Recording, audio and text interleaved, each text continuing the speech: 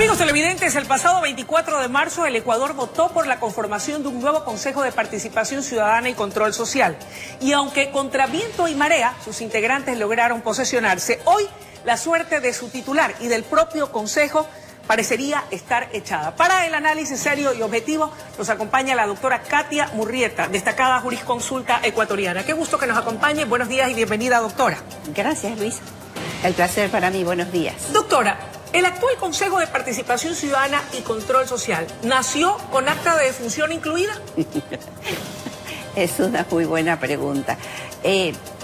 Yo creo que si hacemos el análisis de todo un proceso, de todo lo que ocurrió a lo largo de los últimos 10 años del gobierno pasado, parecería ser que quienes somos amantes de la democracia, obviamente no podemos tolerar que en una sola persona se acumule tanto poder. Quiero decir con esto que al captar todas las resoluciones o la gran mayoría emanadas de este Consejo, principalmente las que se refieren a las nominaciones de superintendentes, de Procurador General del Estado, de Defensor Público, de Defensor del Pueblo, de Contralor General del Estado, Fiscal General del Estado, es decir, las cabezas de todos los entes de control del país, veíamos entonces con sorpresa, repito, que todo parecía como que una monarquía, que estaba concentrada en una sola persona a través de este ente. Doctora, ¿quiere decir entonces que se desnaturalizó la verdadera función de este Consejo de Participación Ciudadana y Control Social de acuerdo a los principios que se dijeron daban paso a su creación en la Constitución de Montecristi? Bueno, no, yo creo que eso obedeció a un plan. Es decir, el plan era la concentración del poder en una sola persona. Ok, para eso se usó este Consejo de Participación Ciudadana y Control Social. Yo creo que sí.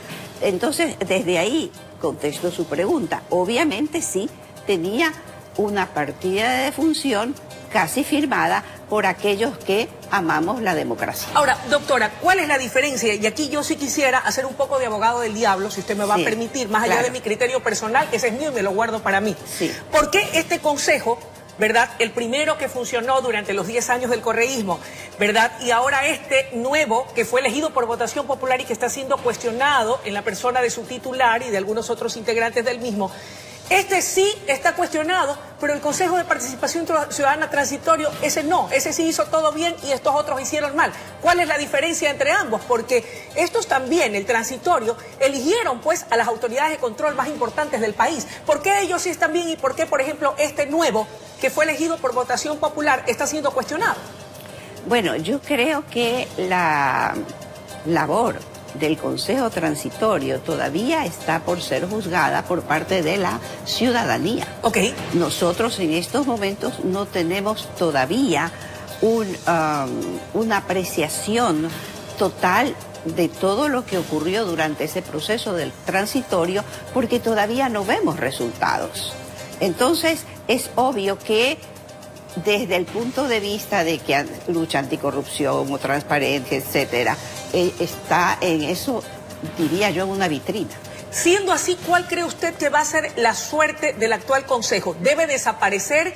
¿Debe mantenerse? Porque no olvidemos que no fue escogido a dedo, ni fue designado por ninguna autoridad ejecutiva, sino que fue designado por el pueblo. ¿Debemos respetar la voluntad popular o hay que desaparecerlo?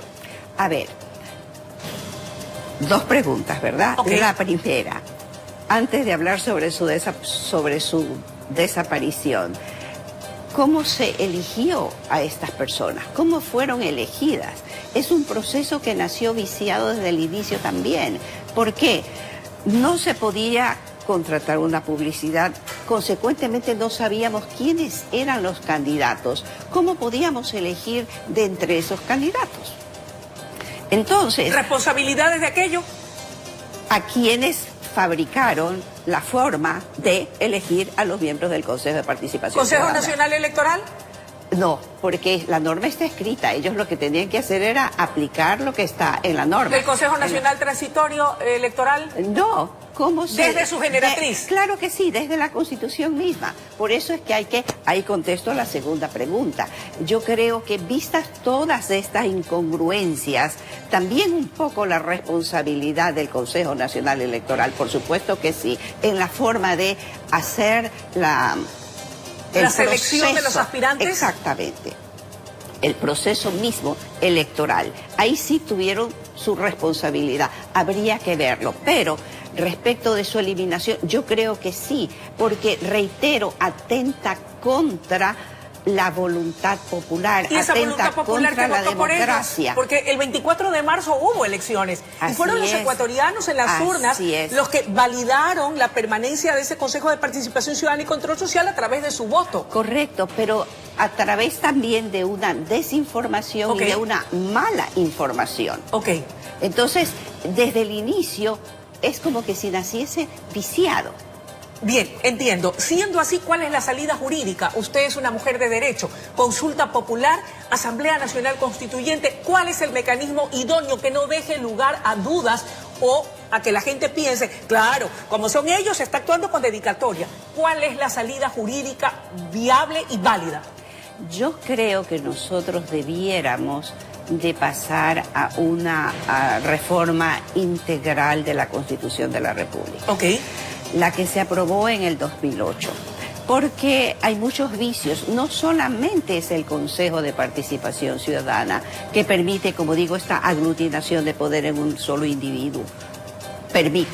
No digo que deba ser siempre así, ¿verdad? Porque depende del personaje. Solo aquí un punto de orden, si usted me permite, porque así como hay quienes, con criterios respetables como el suyo, cuestionan este Consejo de Participación desde su origen, también hay quienes lo defienden. Mire usted, el expresidente Rafael Correa está defendiendo a través de las redes sociales, ¿verdad?, o entrevistas que ha concedido a medios internacionales, a rajatabla que se respete la titularidad de este Consejo de Participación en la persona del padre Carlos Tuárez. Lo que pasa es que esto es una creación del expresidente Correa. Pero ¿no se supone que es apolítico este consejo, que no tiene interferencia política y que son personas ajenas a cualquier tipo de partido o afiliación o militancia política? Usted lo acaba de decir, es una suposición. No es necesariamente así. ¿En la práctica no es así, cree usted? No, desgracia, pero es que estamos viendo los resultados. ¿Cómo fueron elegidos estos ciudadanos? Entonces, ¿quién debe ser el ente que designe las futuras autoridades de control una vez que estas cumplan su periodo? Mire, sin que sea lo mejor, debiera regresar esa nominación a lo que hoy se llama Asamblea, antes Congreso Nacional. Pero eso no es volver al reparto, a la troncha, al toma y daca, a ver, aquí estamos alineados, aquí no, alianzas de coyuntura, porque eso como que deja un mal sabor también en la ciudadanía. Estoy de acuerdo con usted, lamentablemente, pero le acabo de decir, es el menor de los males. O sea, de los males el menor, como se dice. Efectivamente. Siendo así, ¿cuál cree usted, aunque usted no es adivina, es jurista, pero de su olfato jurídico y de su olfato del tema político, porque también es editorialista y columnista de importantes diarios del país, ¿cuál avisora o ha visto usted va a ser el futuro de este Consejo de Participación Ciudadana y de su titular, que está siendo altamente cuestionado e incluso se lo piensa llamar, de acuerdo a lo que dicen en la Asamblea, a juicio político? Bueno, yo creo que nosotros vamos a asistir al entierro de este ente y ojalá. Y respecto del presidente, el padre Tuárez. El padre Tuárez, yo también creo que su suerte está echada, lamentablemente, es muy lamentable. ¿Por qué? Es lamentable porque nosotros no dejamos de ser un país que pertenece a un concierto internacional y cada día perdemos más credibilidad. Toda la corrupción que se destapa diariamente, todos estos casos de falta de transparencia y de irresponsabilidad hacia el pueblo hacen que nosotros no seamos sujetos de inversión, por ejemplo, ni nacional, menos extranjera, y eso no ayuda a la productividad. Doctora, cierro la entrevista con una respuesta muy concreta que le pido. Sí. ¿Recuperamos parte de la credibilidad enterrando al Consejo de Participación Ciudadana y todo lo que en su momento representó o representa?